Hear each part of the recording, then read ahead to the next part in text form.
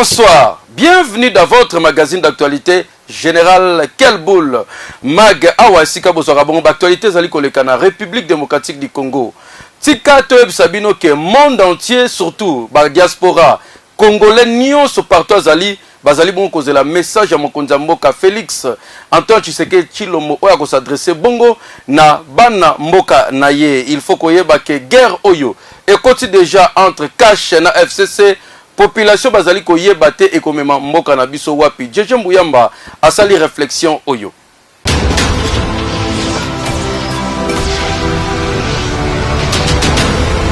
Vendredi saint, vendredi, attention, vendredi à Makambo na RDC. Et si Kaba Congolais bazali kozela discours ya chef de l'État Félix Antoine Tshisekedi Tshilombo. Oyo au cours ya communiqué officiel ya président de la République. Et talisaki ke fachi akoloba lelo. Tension et bandi komata na ba état-major ya ba parti politique nyoso. Adrénaline et mati surtout que mutu moko te ayebi nini chef de l'État akoloba. Toyebi biso nyoso ke nyonso ebandaki na affaire ya 3 juges ya cour constitutionnelle oyo bautaki ko prêter serment na bango na absence ya premier ministre na ba député ya FCC na salle ya congrès ya palais du peuple. Eloko oyo batu bamoni yango lokola manquement envers chef de l'État. Côté misusu pe bazali kolobake chef de l'État esengeli a dissoudre parlement, misusu pe bazali kolobake chef de l'État esengeli a révoquer premier ministre pour gouvernement na mobimba est tombé. Kasi constitution ya République démocratique du Congo elobi nini na matière oyo. Ezali conditionné soki crise ezali ko persister entre Assemblée nationale na gouvernement nde chef de l'État akoki ko dissoudre parlement. Kasi na likambo etali premier ministre article 78 ya constitution et lobby que président de la République yé akoki kolongola premier ministre te kaka soki premier ministre a présenté yé démission topé lettre de démission na yé à ce moment là yé akozwa acte.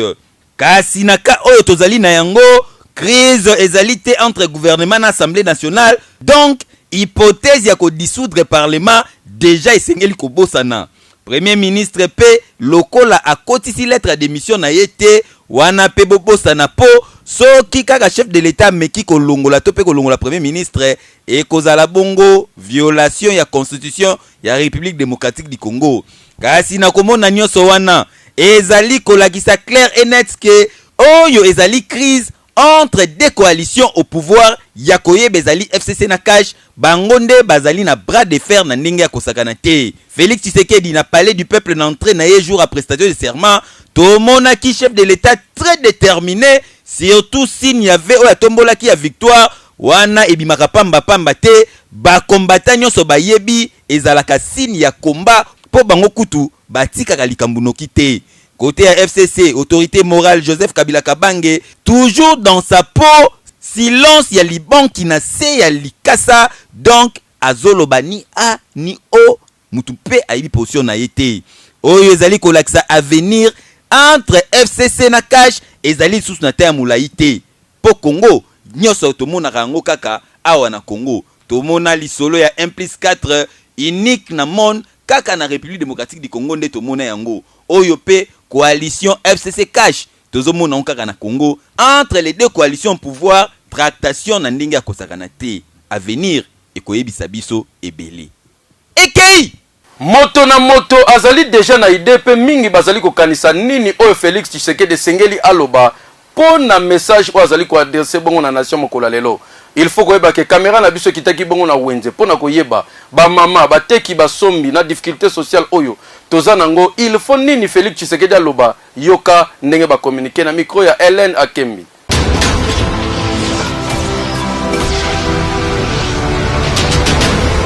Mais loko ya lobi ka telema loba biso nyos ba peuple to limite to komi pour rien akabola alliance on a pas ça la biso bolam opso to toluka tozana besoin mukonza longola bato mabe pembeni tozo nyokwama to souffrir to kata pongi 3h 1h pona koluka en plus dollar eza likolo mboka na biso ezo simba kate bato mabe nyonso baza pembeni na ye o bazo sala ke mboka simba te alongola bango nyonso balungwa tozana besoin na bango ta siko tozela koloba na ye na ndenge alobe biso bana mboka ke aloba en tout cas to souffrir na mboka biso nyonso toza na nsima na ye na miniti oyo eza te na congolais moko boye azo mopanzi mosusu mopanzi te biso nyonso toza na nsima ya président tosepeli alongola bato wana nyonso ya FCC peuple basengi kaka eloko moko président de soudre ensemble wana tolingi soki omona baventire liboso ya peuple oyo te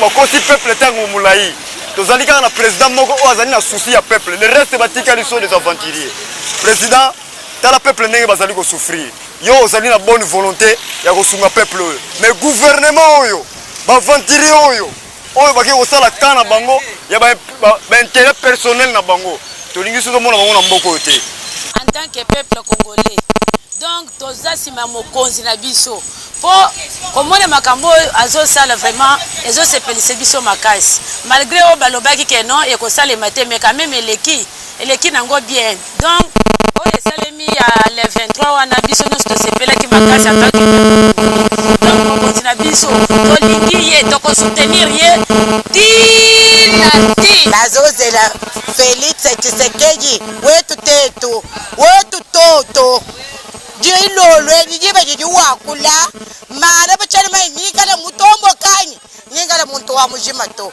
ndimwinjele jakula jenda mwana mboka libala wana sila omi dépendre na yo na public na yo eloko nyonso ezane banete na suka nango eloko nini ezanga suka papa baba député wana longola bango kaba oyo yo motema tolingi oyo yo moko ya commandement na yo lelo ndeza solution ya biso ba congolais na pokwa tanga facho loba coalition FCC na cash soki bozolo teza lisusu te. Il faut qu'on rappelle bino que FCC côté na bango depuis lobi na butu basalaki déclaration pour na ko boya ba juge Misato oyo ba prêtaki serment devant chef de l'état. Message na bango na ndenge salemaki Jeje Muyamba.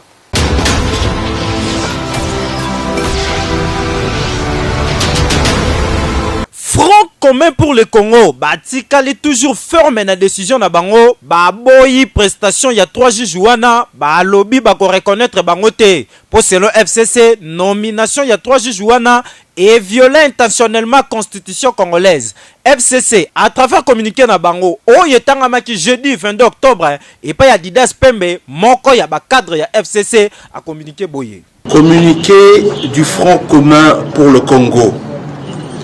Réunis en session extraordinaire ce jeudi 22 octobre 2020, les chefs de regroupements et partis politiques membres du Front commun pour le Congo ont fait le tour d'horizon de la situation politique du pays. Au lendemain de la cérémonie irrégulière de prestation de serment des personnalités nommées de manière illégale en qualité de juge à la Cour constitutionnelle.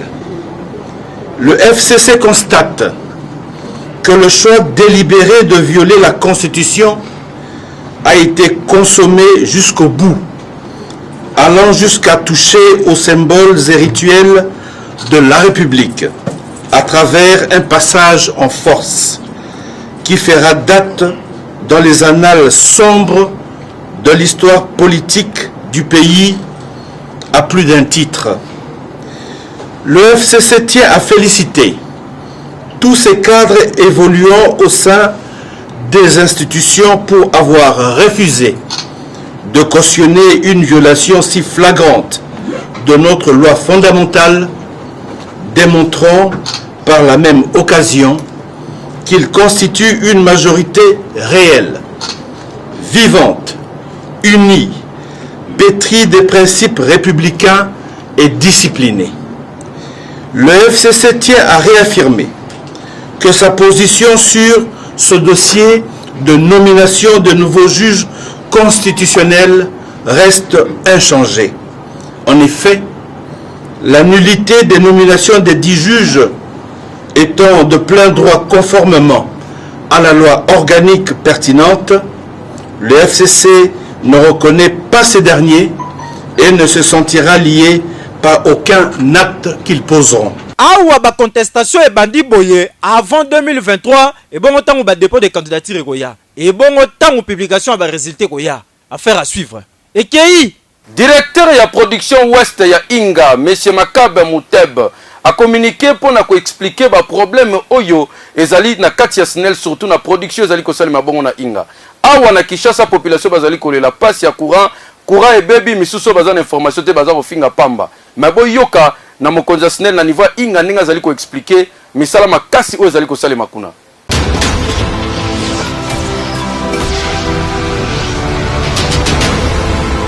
Na kanisi que nani SNEL azana ba ingénieur na yena ba technicien bazo sala pona nani misala oyo tozo sala na G24 G16 G27 et Télémi ezo sala mais pona misala ezo sala na G28 yango to Télémi si yango avec 162 MW 162 MW wana eza pratiquement un tiers hein ya ville à Kinshasa et puis na tango wana tozaka na G27 te pour na misala G28 toza na pan moko eza na G24 oyo ba ingénieur na ba technicien SNEL bazo sala na kanisi kala mingi te d'ici première semaine ya 2000 première semaine à novembre 2020 tokozongi sa machine au G24 mais G16 misala ezo koba na kanisi le 30 octobre Tokyo zongi sa machine G16 na 55 MW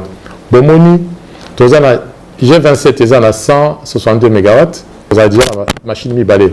G16 tokozongi sango d'ici fin octobre et G24 tokozongi sango d'ici première semaine en novembre et nakanisi que pour na fête il y a fin d'année na décembre SNEL azo rassuré clientèle na que na minimum oyo ba machine tokozalango minimum tokozala 6 machines sur 8 na Inga 2 6 machines sur 6 na Inga 1 tokoleka période ya nani ya ba fête na biso na kitoko nyonso oui tala nazo tala population na miso parce que toyebi eloko zozo sala à moins que eloko naza rassuré bozo mona que naza na esengo nyonso parce que bo utiko tala oyo ba ingénieur nanga na ba technicien bazo sala nazo rassurer population que ce que les kelibiso toza na nani yako toza en sonité mais nazo le que misala oyo ça fait autant d'années to sala kango boye bagate type ka lelo libulu monene salema kuna population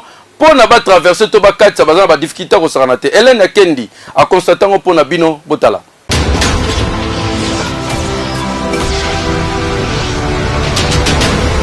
liziba oyo bozali komona awa ezali nango fleuve Congo te kasi ezali nde na kati ya wenze ya Tipka oyo ezali parmi ba wenze ekenda nango sango foto ya ba conteneur oyo baya kotiela bango awa na kati nde ememela bango ba complication soki ozangi godio na kati ya wenze oyo bondimela ngai okokoka kotambola awa te embadi mama tala bandeko oyo tala ndenge bazoleka sans godio awa okokota na kati ya potopoto tala bana oyo ya mikelo lenge baokatisa nzambe oyo kandenge bango moko bakomunikaki na micro ya Kelboul Mag vraiment toza na dépôt ya Kingakati ye moko les gens merla zawa siko tozo comprendre te tolobaki ke tolele na bakonzi bozomona te biso bari to souffrir wendela biso ekotaka mbongo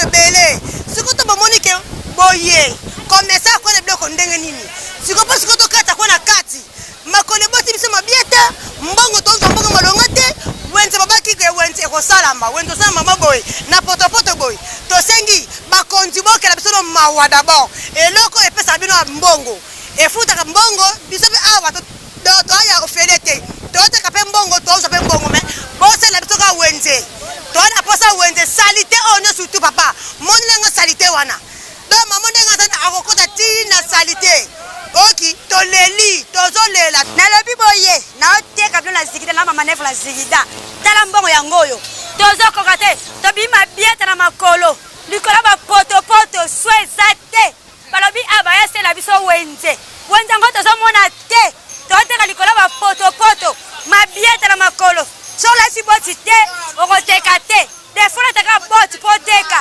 mbongo ete kota na wenze oyo bakonzi bazolia mbongo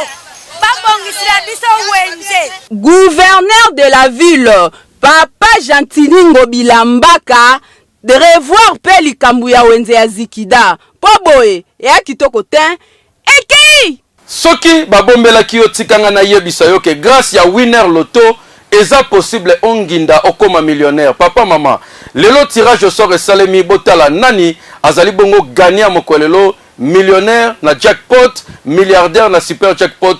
Eza possible kende beta winner loto au gagner.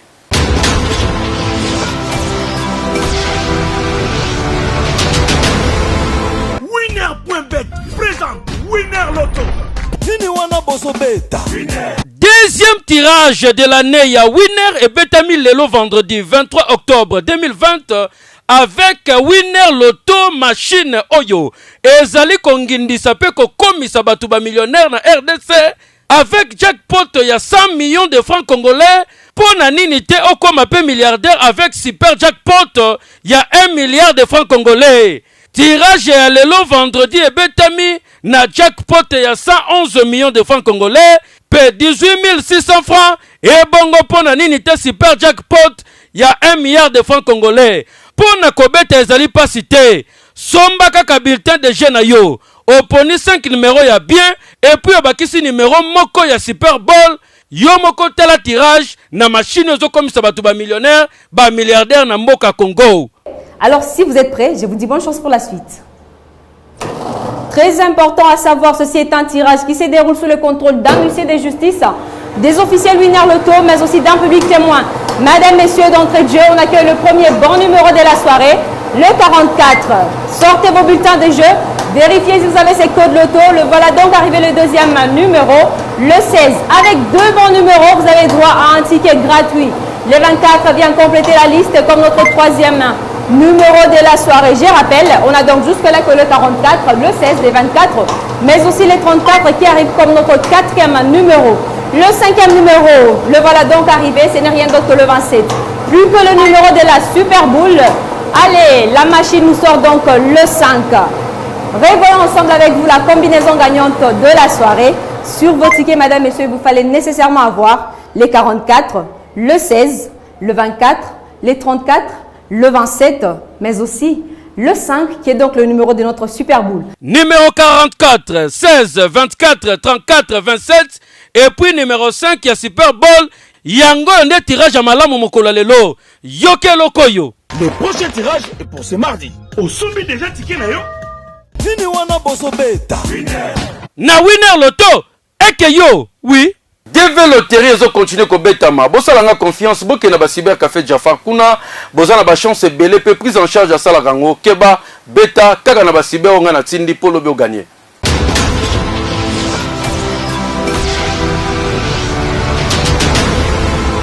Normalement, DV Loterie est un standing te à bateau oyo bako senga ki bangonde catégorie na onde ba beta DV mutunyo surtout oyo aza diplômé d'état et oyo azali na possibilité oza na passeport akoyi ko beta DV yango moni na ko senga na bateau oyo balukaka o bazaka na projet à voyage bozana projet à voyage o luka banzela ko kende ba Europe.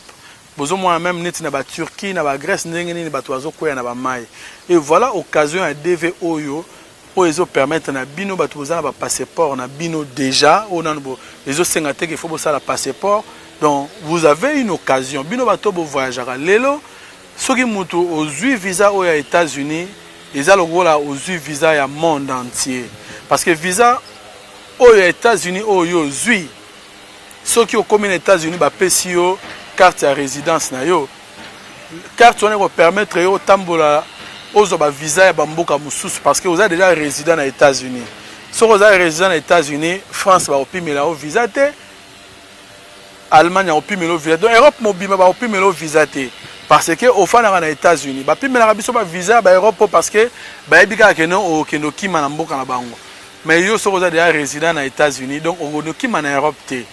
Voilà, nous avons invité les commerçants, bateau déjà pour voyager au bozara na passeport. Donc beaucoup qui ont sur un plus na niveau ana bozara na passeport. Au moni batu mingi ba négliger DV azomona wanti deveza babiloko moko ya batu moko ka boye oyo baza tina te mais batu wana bozo négliger bango yetanga obeta DV a gagné DV pour que les États-Unis a relégalisé sous te que o aleka na ambassade sara mulongo muto azui visa nani ya DV era kei na États-Unis azui mukanda na e aza na possibilité ko sala ba va et vient a relégalisé sous na ambassade te pour asenga visa. Ce qui a la mugi le lobby que nous avons voyagé lobby a sombi bien na a kei na aéroport a voyager. Mais bino bato bozalaka na milongo na ba ambassade. O eza opportunité faut bo saisir. Pour la heure na biso o to fungola ka ezali ko banana 8h du matin jusqu'à 21h. Na ba heure wana nde ba cyber café Jafari fungwa maka. Awa na Kinshasa pe na Brazzaville. Restaurant debout chez Mulongo. Bana Bumbu Selemba bayebi impact nango depuis 1990 na lelo ebungate na veni souvenir kuna soko koti spécialité za bongo Thompson kwanga tara ya ntinga na tse segurate te bondi melangai.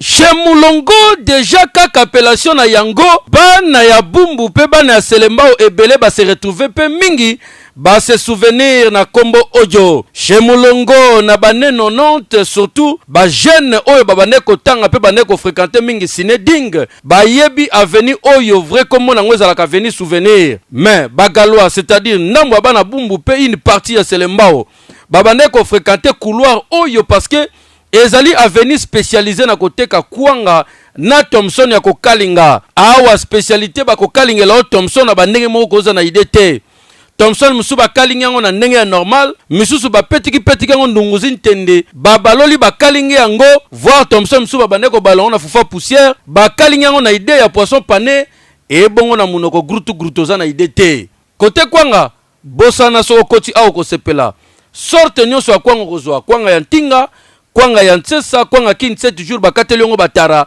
ndenge bozali komona awa ezalaka vene bane ko lesa bato ça dépend à prix pekino lelo et continuer ka ko lesa na ba différents prix oyo ezalaka awa pona ko somba Thompson okomona Thompson ya 500 francs okomona katikati ya 200 francs mwanda mwa kisuka ya 300 donc avec 500 francs pamba soko koti awa ko imaginer te osombi kati ya Thompson osombi tartina kwanga obimi pe mobimba olie ndeko ozali komona ndeko na biso yoka feeling azali ko katela ngo sachet maleme ba efungwami bien pima déjà ba nyengeli ngo na kati mais modèle ndeko azali kolia touche simbeli Thompson na kweza ndenge ba kongo ba simbela mu ntambo ne finali kwanga ozola kisakaza na touche wana akoko zanga mukongo te chez Mulongo fréquentation ngo banaka mingi na batongo kino na pokwa tango bandeko basilisaka kopo koti kotoyo o récupérer Thompson na mukiebo ya mobimba ateza modèle ba Thompson na tantine 15 bakino basomba kaka ça dépend ba moya zali na yango commerce modèle esalemaka awa babiloko accompagnement pesa laka mais spécialisé na kwanga na Thompson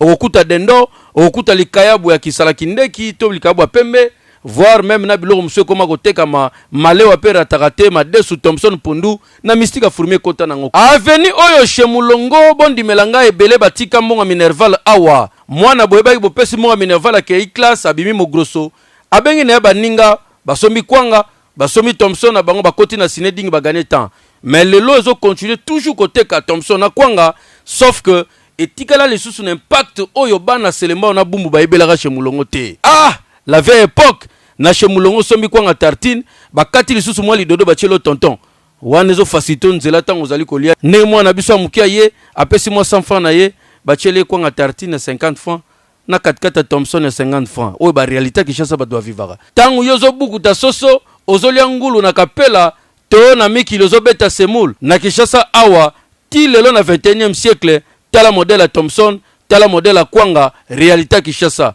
mais chez Mulongo succès nango na bana Bumbu na Selemba onde bayebi eke yo oui. Société nationale d'électricité SNEL SA, département ya distribution ya Kinshasa DDK, azali ko informer na ba aimable clientèle na ye que suite ya ba travaux prévus na sous-station ya Kingabwa, fourniture ya énergie électrique et gozala bongo interrompu mokola samedi 24 octobre 2020 de 7h30 à 18h juste na ba coin pe ba commune misusu ya ville province ya Kinshasa ezali bongo ba commune oyo commune ya Kinshasa, commune ya Barumbu pe commune ya Gombe. Toutefois, rétablissement et électricité ekosalema aussitôt misala oyo ekosila. Pour na ba information nyonso utile centre ya vente pe ya service et tient à disposition ya ba clientèle numéro call center pour na kokota contact na bango ezali bongo ba numéro oyo 177 P188. Snell azali ko présenter ba excuse pour na désagrément. Ba victime ba komi kobima ebele devant la police pour na ko charger Naomi Lokondo la fille azosa la succès na net et puis na copain na David ba métier kitoko ba boga basi kitoko nzoka ba criminel mawa pasi pour na mabota na bango.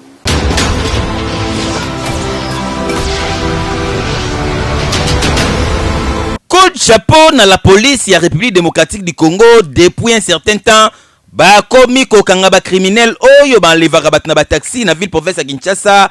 Récent ezalaki bongo groupe ya David Lomata oyo basala couple na copine na ye Naomi Lokondo bango nyonso musala na bango ko kanga ko botola pe ko menacer bana basi na butu na kata taxi musala na bango yango wana mukolo bakangaki bango Naomi awanganaki ke ye ayibaka kasi azalaki surpris ya komona mibali na ene babotolaka une seule fois yoka communication na ye.